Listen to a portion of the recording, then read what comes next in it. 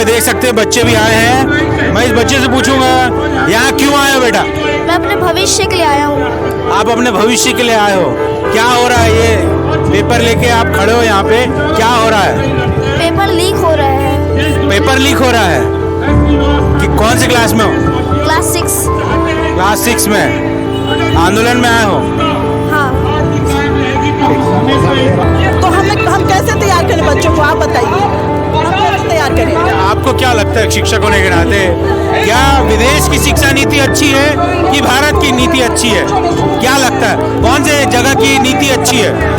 Sir मैं ये बोलना चाहूँगी कि जैसे विदेशों में जिस तरीके से होता है वहाँ पढ़ाई फ्री होता है, हेल्थ भी फ्री। क्योंकि औरतों के ऊपर हाथ उठाना वैसे ही बहुत गलत है और बहुत गंदी तरह से उनको मारा गया है, बहुत गंदी तरह से उनको चोट पहुँचाएगा। और वो सारे स्टूडेंट्स हैं, बहुत कम उम्र के हैं और उसके बावजूद भी आपने उन पर लाठीचार्ज किया। वो बहुत शांति से अपना प्रदर्शन कर रहे थे।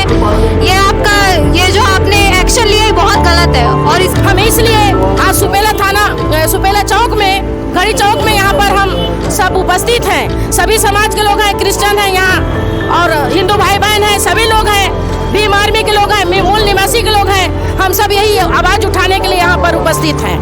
यहाँ कुछ जवान लोग भी हैं, उनके पास एक बैनर है, इंटरनेशनल वॉर रुकवा दी, पेपर लीक नहीं रुकवा पाए, और बहुत सारी बातें लिखी है। Student protest, national demand justice. मैं ये पूछना चाहूँगा कि आपके पास ये पेपर लीक का आप बैनर रखे हैं, पोस्टर रखे हैं, जवान होने के, यंग होने के नाते आप क्या सोच के यहाँ पे आए हैं? क्या लग रहा है आपको? मैं ये कहना चाहती हूँ कि मैं खुद नीट की स्टूडेंट हूँ और मैं एग्ज़ाम बहुत सालों से दिला रही हूँ। करीब मेरे को 4 साल हो गए नीट का एग्ज़ाम दिलाते दिलाते। कभी ना कभी मेरे को पेपर लीक का आ ही जाता है। कोई इतने लाख में खरीद रहा है, कोई इतने लाख में खरीद रहा है। वो पैसा आ कहाँ से रहा है, मेरे को ये जानना है।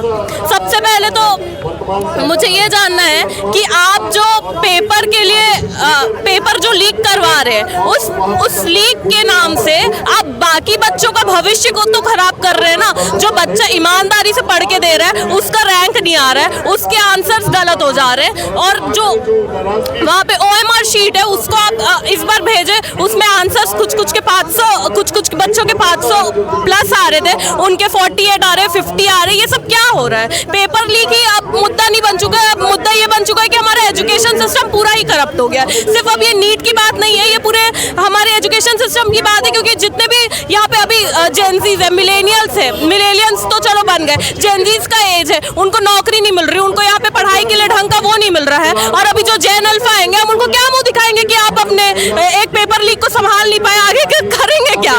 हाँ, तो मैं यही कहना चाहूंगी और मोदी जी से यही निवेदन है कि आप गद्दी छोड़े। धर्मेंद्र प्रधान से यही निवेदन है कि आप गद्दी छोड़े और हमारे भविष्य को थोड़ा सिक्योर करें, क्योंकि एक आप ही हम अपनी गद्दी छोड़ के हमें थोड़ा अच्छा फ्यूचर दे सकते हैं। तो प्लीज मेरा निवेदन है कि अपनी गद्दी छोड़े और हमारे भविष्य को सिक्योर करें। आप यहाँ बहुत सारे और भी लोग हैं, मैं आपसे भी पूछना चाहूँगा, यंग होने के नाते, जेनजी होने के नाते नरेंद्र मोदी जी को आप क्या संदेश देना चाहते हैं? देखिए सर, ये जो आपने महिलाओं के ऊपर लाठी चार्ज का जो दिल्ली में किया, ये बहुत गलत चीज़ है। क्योंकि औरतों के ऊपर हाथ उठाना वैसे ही बहुत गलत है और बहुत गंदी तरह से उनको मारा गया है, बहुत गंदी तरह से उनको चोट पहुँचाएगा। और वो सारे स्टूडेंट्स हैं, बहुत कम उम्र के हैं और उसके बावजूद भी आपने उन पर लाठीचार्ज किया। वो बहुत शांति से अपना प्रदर्शन कर रहे थे। ये जो आपने एक्शन लिया है बहुत गलत है और इसका रिएक्शन और इन फ्यूचर पुलिस के ऊपर भी इसका कर्मा जरूर पड़ेगा। मैं तो यही बोलना चाहूँगी। आप जिस बात को बोल रहे हैं कि उनके ऊपर भी इस कर्म का असर पड़ेगा, लेकिन मैं आपसे पूछूंगा, जवान होने के नाते ये सब देख के जो अभी हो रहा है वो आप कह रहे गलत हो रहा है, इसका असर आप पे क्या पड़ा है व्यक्तिगत तौर पे? देखिए सर, मैं जो हूँ वो 25 साल की और मुझे भी नौकरी ढूंढने में बहुत प्रॉब्लम हो रही है इन्हीं सब चीज़ों की वजह से। गवर्नमेंट एग्ज़ाम्स के लिए हम फाइट करते हैं लेकिन हम क्लियर नहीं कर पाते हैं। एग्ज़ाम्स इतने टफ हो गए हैं, हमारे इतने साल मेहनत होती है, इतनी मेहनत, इतने साल की जो मेहनत है वो वेस्ट होती है। जिस तरह से अभी नीट के पेपर लीक हुए, उसके बाद वो पेपर लीक होने के बाद हमारे इतने साल जो वेस्ट हुए हैं सर, तो उसकी वजह से हम पर भी इम्पैक्ट पड़ा है, हमें जॉब मिलने में लेट होता है, इसकी वजह से हमारी एज बढ़ती जा रही है और जितना लेट हमको जॉब मिलेगा हम उतना लेट प्रोग्रेस करेंगे और ये मेरे लिए बहुत ज़्यादा ही अनबेनिफिशियल रहा है। आप इस बात को देख के कि एज हो रहा, बोल रहे नौकरियां नहीं मिल रही, आप अपने मेंटल स्टेटस को कैसे बना के रखते हैं? देखिए, इसकी वजह से जो डिप्रेशन होता है, जिसकी वजह से अभी सुसाइड हो रहा है, मेरे अंदर भी कई बार सुसाइडल थॉट्स आए हैं। इसी की वजह से मैंने भी पास्ट में बहुत बार नीट के एग्ज़ाम दिलाए हैं, लेकिन उसकी वजह से मैं कभी क्लियर नहीं कर पाई। और चलो वो तो मेरा पर्सनल रीज़न था, पर आज के बच्चों की जो कंडीशन वो मैं समझ सकती हूँ, क्योंकि मेरा भी मेंटल हेल्थ उसी की वजह से डाउन हुआ था। आप जब डिप्रेशन में गए, आप बता रहे हैं, तो आप डिप्रेशन से निकल गए, लेकिन कई बच्चों ने भी सुसाइड कर लिया। आप कैसे देखते हैं उस चीज़ को?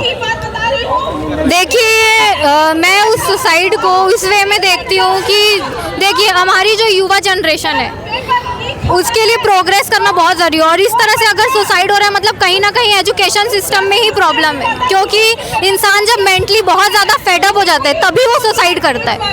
जब इंसान बहुत ज़्यादा डिप्रेशन में चला जाता है तभी वो सुसाइड करता है और इसका बहुत बुरा इम्पैक्ट पड़ेगा हमारे इस देश पर, क्योंकि अनएजुकेशन की वजह से जो हमारे युवा हैं वो अनएम्प्लॉयड रह जाएंगे और उसकी वजह से वो और ज़्यादा डिप्रेस हो जाएंगे। जैसे कि इस वक्त मैं हूँ, मुझे अनएम्प्लॉयमेंट और डिप्रेशन का मतलब मेन सोर्स मुझे अनएजुकेशन ही लगता है और ये जो पेपर लीक हुआ है उसका बहुत बड़ा असर पड़ा है नीट के स्टूडेंट पर, जिसकी वजह से सुसाइड हुए हैं। आपने कहा कि आपको सुसाइडल थॉट्स आते थे, आप कैसे फाइट किए और जो डिप्रेशन में, आप उनको क्या संदेश देंगे?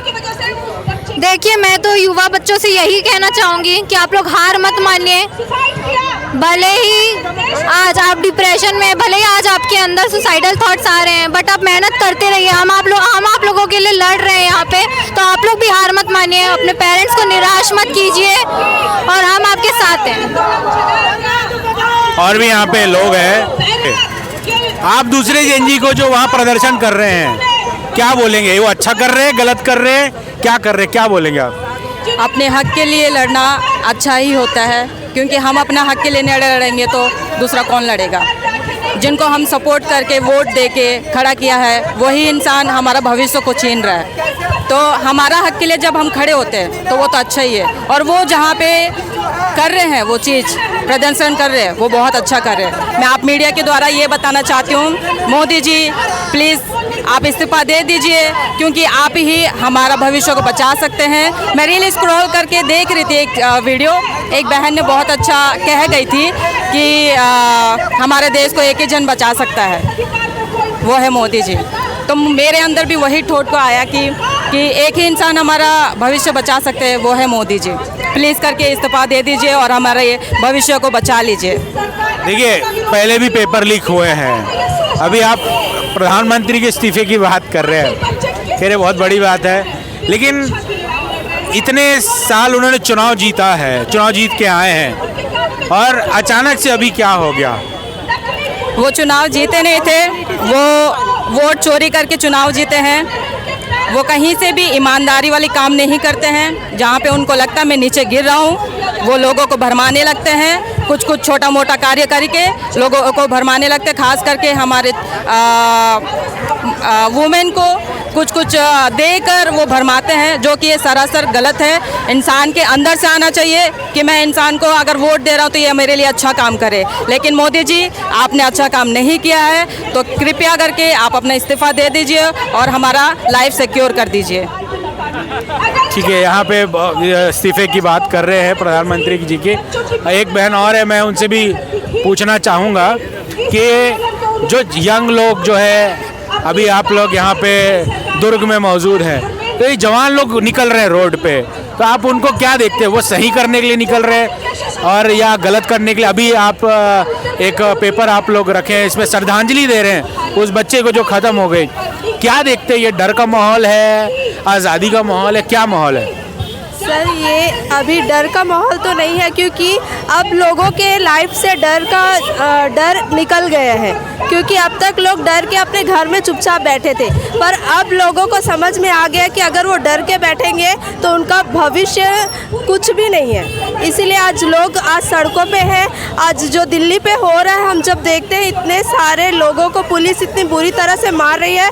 इवन मैंने देखा कि डंडे में कील से बच्चों को इतना मारा गया है। और अगर ये चीज़ जो माँ बाप देख रहे होंगे कि हमारे बच्चों को इतना मारा गया है, तो उनके सोच में भी, ये सोच के भी उनको इतना डर लग रहा होगा। तो ये समय, ये अभी के जो युवा हैं सच में इतना हिम्मत जुटा पा रहे हैं कि अपने अधिकार के लिए लड़ने के लिए रोड पे निकल रहे हैं और हर एक चीज़ों के लिए लड़ना सीख रहे हैं। क्योंकि जो हमारे समय के लोग थे वो लोग तो डर के सहम के घर में बैठ जाते थे, लेकिन अभी के युवाओं में इतना ताकत है कि वो अपने हक के लिए लड़ रहे हैं। ये बहुत अच्छी बात है और ज़रूर लड़ना चाहिए और इसी से हमारा देश बदलेगा। इसके लिए सच में मैं युवा को सैल्यूट करती हूँ। आप कह रहे हैं कि आप हक के लिए लड़ रहे हैं, बहुत अच्छी बात है। एक जवान बेटा भी यहाँ पे है, आप सामने आ जाएं। मैं इनसे भी पूछना चाहूँगा कि यहाँ पे क्यों आए और आपके हाथ में एक पेपर है, नीट पेपर लीक बंद करो, छात्रों का भविष्य सुरक्षित करो। आपका भविष्य सुरक्षित नहीं है, क्या लग रहा है आपको? हमको तो लग रहा है कि हम जिसके लिए आए हैं, नीट पेपर के लिए हम आए हैं। हमारा नीट पेपर लीक जो हुआ है, हम उसके लिए आए हैं। जो हमारा भविष्य तो सेफ तो नहीं है। जो हम पहले पेपर दे रहे हैं उसके बाद हमारा पेपर भी लीक कर दे रहे, तो गलत हो रहा है ना सर। आपको ये जो देख रहे हैं आप, जो जवान लोग, यंग लोग आंदोलन कर रहे हैं जंतर मंतर में, उनको देख के आपको डर लगता है या क्या लगता है? अपने भविष्य के बारे में बताएं। हमको तो देख के ऐसे लगता है, हम लोग को जो अच्छा लगता है कि हम हमारे भविष्य के लिए आगे बढ़ रहे हैं, हमारे भविष्य के लिए हमारे साथ दे रहे हैं। जो 2 साल से हमारे जो पेपर, नीट के पेपर लीक हो रहे हैं, वो तो गलत हो रहा है ना सर। जो पेपर दे के हारे हम फिर पेपर लीक कर दे रहे हो तो गलत है ना।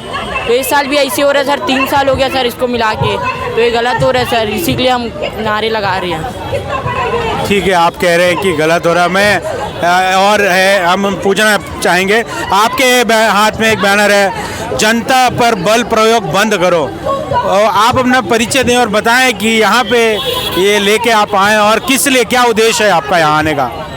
सर, मैं तो मेन रूप से शिक्षा व्यवस्था पे जो हमारी सरकार है वो अपनी जिम्मेदारी नहीं निभा पा रही है। मैं मुख्य रूप से मैं इसीलिए आई हूँ यहाँ पर कि मैं इसका पुरजोर विरोध करती हूँ कि हमारी सरकार जिसको हमने वोट देकर खड़ा किया हुआ है वो अपनी जिम्मेदारी से भाग रही है।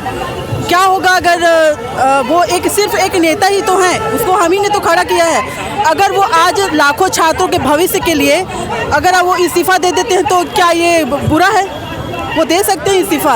अगर इस्तीफ़ा के लिए इतने सारे लोग उन्हें कह रहे हैं तो ये उनका नैतिक जिम्मेदारी बनती है कि वो इस्तीफ़ा दे। और अगर हम ग्राउंड पर देखें तो हुआ तो है पेपर लीक, सिर्फ एक नहीं हुआ है बल्कि साल में 152 बार पेपर लीक हुआ है। और सिर्फ ये एक विभाग की बात नहीं, कई सारे विभागों में पेपर लीक लगातार हो रहे हैं। और लेकिन पेपर लीक तो कांग्रेस के समय में भी होता था, बहुत पहले हो रहा है। लेकिन इस इस्तीफे से क्या कुछ बदलेगा, क्या सोचते हैं आप? सर, मैं यही कहना चाहूँगी कि इस्तीफे से अकाउंटेबिलिटी सेट होगी। सर, क्या है, जिम्मेदारी को लेने वाला होना चाहिए ना कि ये गलत जो हो रहा है वो कैसे गलत हो रहा है, क्यों गलत हो, कोई तो होगा ना इसी को करने वाला। तो ये लोगों को, हमारे नेता को, क्योंकि वो शिक्षा मंत्री है, वो पद पर, ये पद होता है कैबिनेट मिनिस्टर का कि एक शिक्षा मंत्री है, तो वो शिक्षा मंत्री है, तो शिक्षा में एक बहुत बड़ा खराब चीज़ प्रदर्शन हो रहा है यहाँ पर। तो क्या इनको नहीं बोलना चाहिए? क्या इनको जिम्मेदारी नहीं निभाना चाहिए कि हाँ हमसे गलती हुई है? उनको ये बोलकर अपना पद त्यागना चाहिए। ये एक जिम्मेदारी की भावना को दिखाता है सर, ये गलत नहीं है कहीं से भी।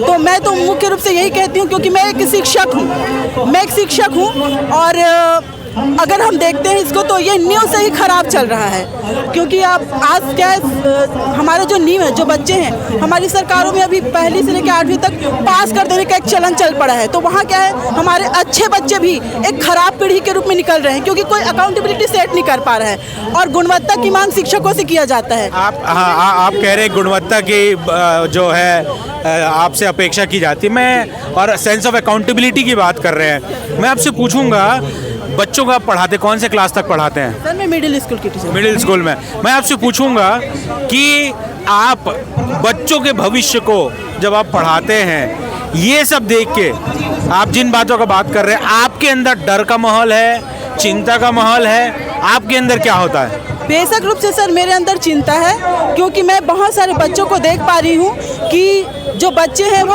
उस तरीके से नरिश नहीं हो पा रहे हैं, वो खुलकर नहीं आ पा रहे हैं, क्योंकि हम बच्चों में बहुत सारे गुणों को भरते हैं, तो वो बच्चे को हम उस तरीके से नहीं भर पा रहे हैं, उन गुणों को हम नहीं दे पा रहे हैं, क्योंकि हम पे लगातार एक प्रेशर बनता है। गवर्नमेंट हमें कई तरीके का प्रेशर देती है, जो हमारा मेन काम है पढ़ाने का वो छोड़कर हमसे बहुत सारा काम कराते रहती है, जो कि ऑफिशियल लेवल का है। हम शिक्षक कम और क्लर्क ज़्यादा हो गए हैं सर।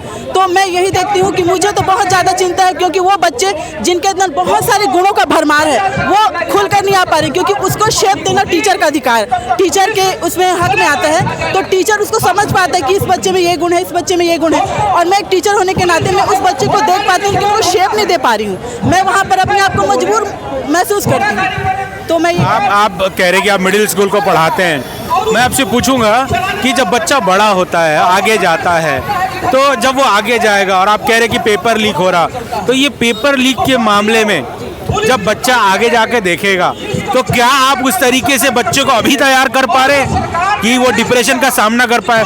क्यों? क्योंकि जवान लोग सुसाइड कर रहे हैं। तो छोटे में आप क्या देख रहे हैं कि बच्चे निराश है, परेशान है, या एक शिक्षक होने के नाते आप शिक्षक लोग स्कूल में क्या इन बच्चों को मानसिक रीति से मजबूत होने के कुछ शिक्षा दे पा रहे हैं? सर मैं यही बात तो कह रही हूँ कि देखिए, जब 8वीं तक हमारे बच्चे किसी भी एग्ज़ाम को फाइट करने लायक ही नहीं रह जाते हैं, क्योंकि उनको इस तरीके से मतलब छोड़ दिया गया है कि हम बच्चे को उस तरीके से तैयार नहीं कर पाते हैं।